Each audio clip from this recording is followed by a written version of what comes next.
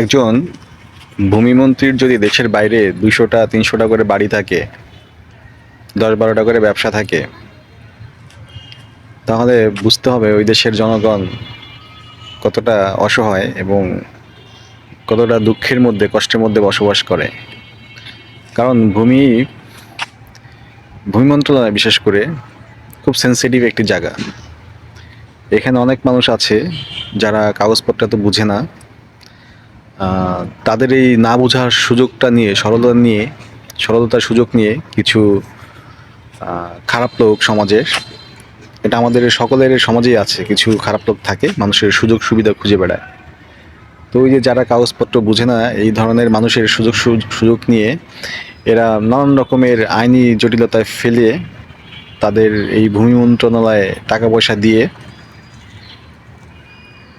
কাগজপত্র তাদের নামে করে নেয়।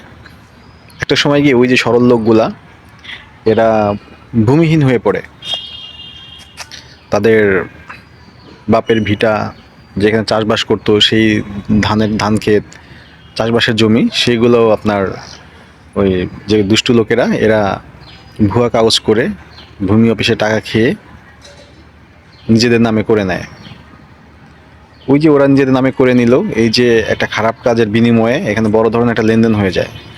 সেই লেনদেনের টাকা দিয়েই তারা হচ্ছে ইউরোপ আমেরিকাতে মানে 100 200 300টা করে বাড়ি করে, ছেলে মেয়েদেরকে অনেক দামি ইউনিভার্সিটিতে পড়াশোনা করায়, পৃথিবীর সবচেয়ে দামি দামি গাড়িতে চড়ায়,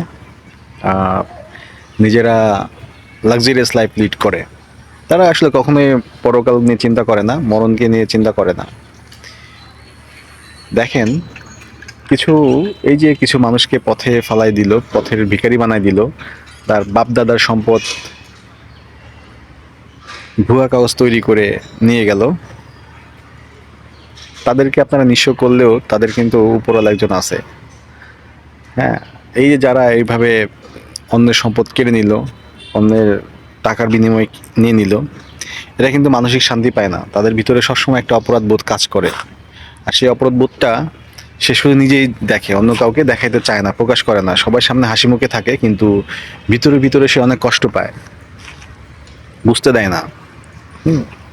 আর এরা কখনো নিজেদের অপরাধ স্বীকার করে না। এরা ভাবে এইভাবে মানুষের কাছ থেকে এইভাবে টাকা নিয়ে তার কাজ করে দেওয়াটা একটা মানে এটা হালাল, রাইটস ওয়ে, আমি তো টাকার বিনিময়ে তাই কাজ করে দিচ্ছি। জি না, আপনাকে এখানে গভর্নমেন্ট বেতন দিয়ে রাখছে এই কারণেই, সেটা হচ্ছে যেটাকে ভালো সেটাকে ভালো বলতে হবে, যেটা খারাপ সেটাকে খারাপ বলতে হবে।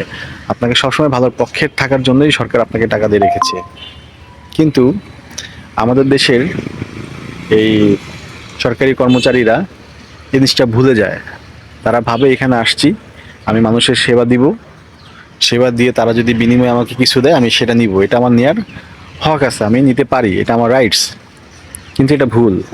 আপনাকে সরকার টাকা দিয়ে রাখছে শুধুমাত্র জনগণের সেবা করার জন্য, জনগণকে সার্ভিস দেওয়ার জন্য।